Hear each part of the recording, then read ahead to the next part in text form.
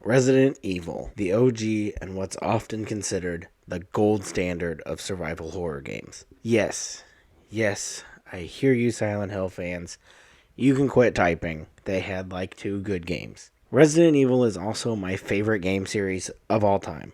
And I'm known to be a guy that enjoys Halloween a moderate amount. So I decided to steal an idea from Square Eyed Jack, go watch October, it's really good content, and bring you 4 straight days of Resident Evil videos. Starting this year with Resident Evil 1 Director's Cut through Code Veronica X, covering the first 4 mainline games in the franchise. So welcome to Ari Ween.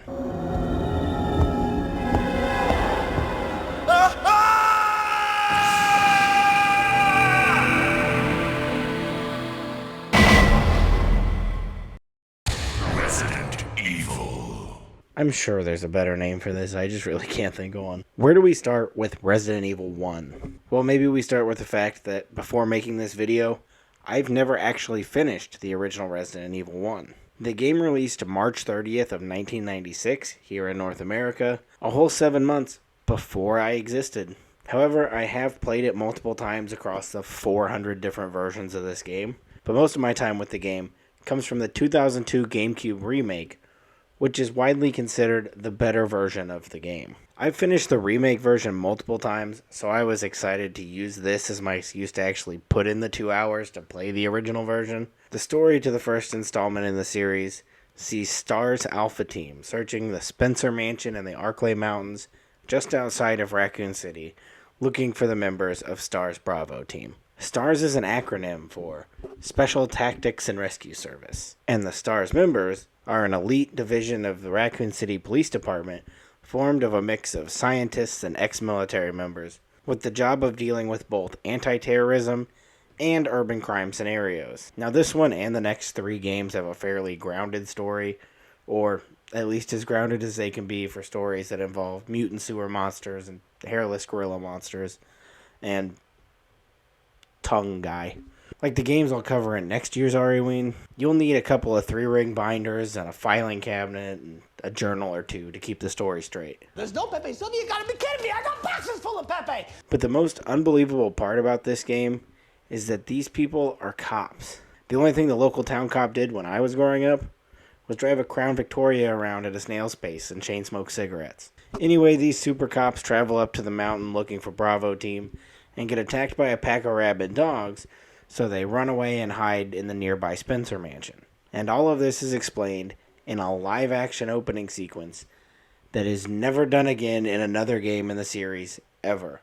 I don't know why, because it's flippin' badass. It definitely doesn't get you in the mood for horror because it's shot like an 80s action movie trailer, full of explosions and a suit-up montage naming each of the characters. It's got more of like a RoboCop vibe to it, but with regular humans.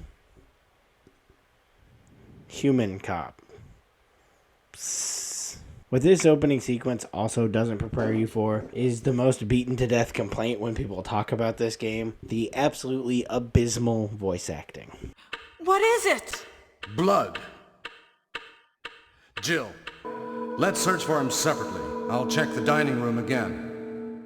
Okay, I'll try the door on the opposite side. Jill? Is that you, Jill? What happened? But there's a reason everyone talks about it, and it's still made fun of nearly 30 years later, because it is so awful that it is hilarious. Every one of these lines is delivered horribly, and they always pause for like a solid 30 seconds in between people responding, like they're on a Zoom meeting waiting for the latency to catch up. Captain Wesker, where's Chris?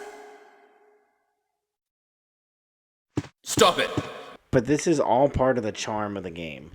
It feels high and low budget at the same time, thanks to the pre-rendered backgrounds paired with these awful voice lines. For the PlayStation 1, 3D models at this graphical level would have been impossible.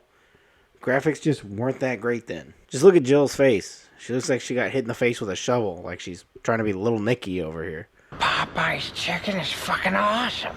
This was a fairly common practice in the PlayStation 1 era. It was used in games like Final Fantasy VII, Oddworld Abe's Exodus, and The Legend of Dragoon. It was just a great way to have stunning visuals at that time, when everything looked so block. But we're deep enough into the setup that we should probably get into the gameplay. The goal of this game is to escape the mansion while uncovering what happened to STAR's Bravo team and where these spooky little guys came from. You'll travel around the mansion using what is known as tank controls, meaning up goes forward and back goes backwards, while left and right rotate in those directions, like how a tank would drive. Because we all know what it's like to drive a tank, and that's why we call it that. The camera is set in a fixed position that changes angles as you transition from frame to frame, and the tank controls are what allows this to not be so disorienting. If up always goes forward, when the camera switches from behind to in front of the character, you'll continue to move straight instead of switching directions going back into the last frame like the modern camera-based movement would work. In the remake of the game, they added in controls that move you in the direction you point the stick, and that becomes a problem when you're in these transitions because you can just pop back and forth into the same frame over and over again. You can pick to play as either Jill Valentine or Chris Redfield. You telling me this guy's supposed to be a cop? Her, I believe, but him?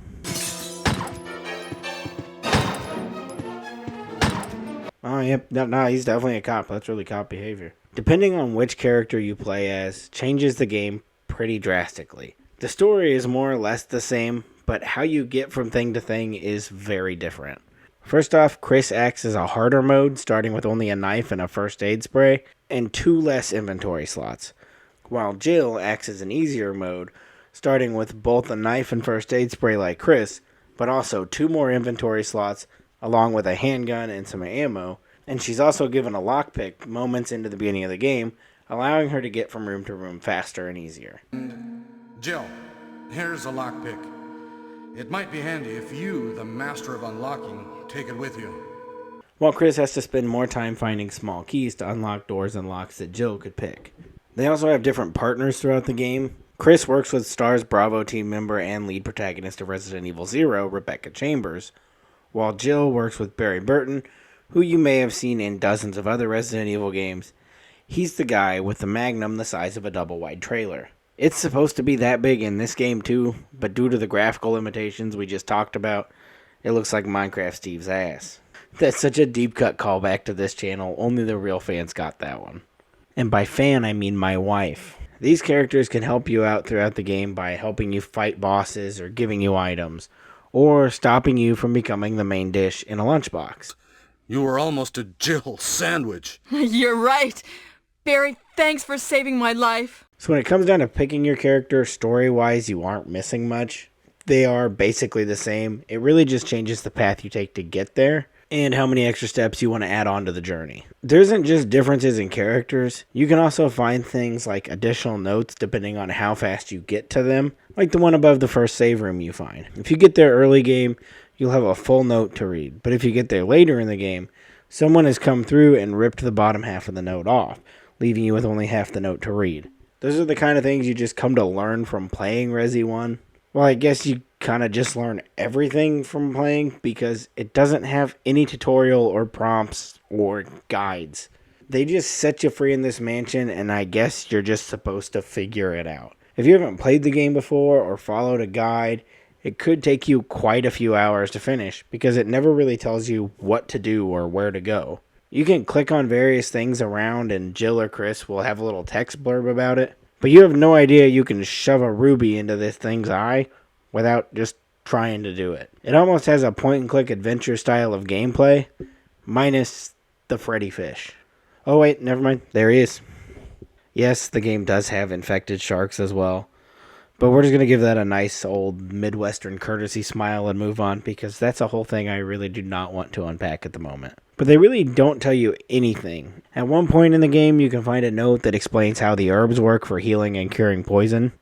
But that's like hours into the game, like far enough to be past the first boss. I think this, among many other mechanics of the game, are what make it a horror masterpiece. Sure, the first zombie sighting was pretty unsettling the first time, but compared to what we have now, kind of mild. It's still an iconic piece of horror history, and I'd be lying if I wasn't like slightly unsettled when I see it every single time. But the stiff, almost lack of control, the way you almost have to guess where you're aiming at because there's no real aiming system, being stuck in place when shooting because you can't move and aim at the same time, the scarcity of resources, lack of vision due to fixed camera angles, generally having no idea what you're doing or where you're going is the real horror of this game. Sure, there are some unsettling and downright terrifying monsters in this game.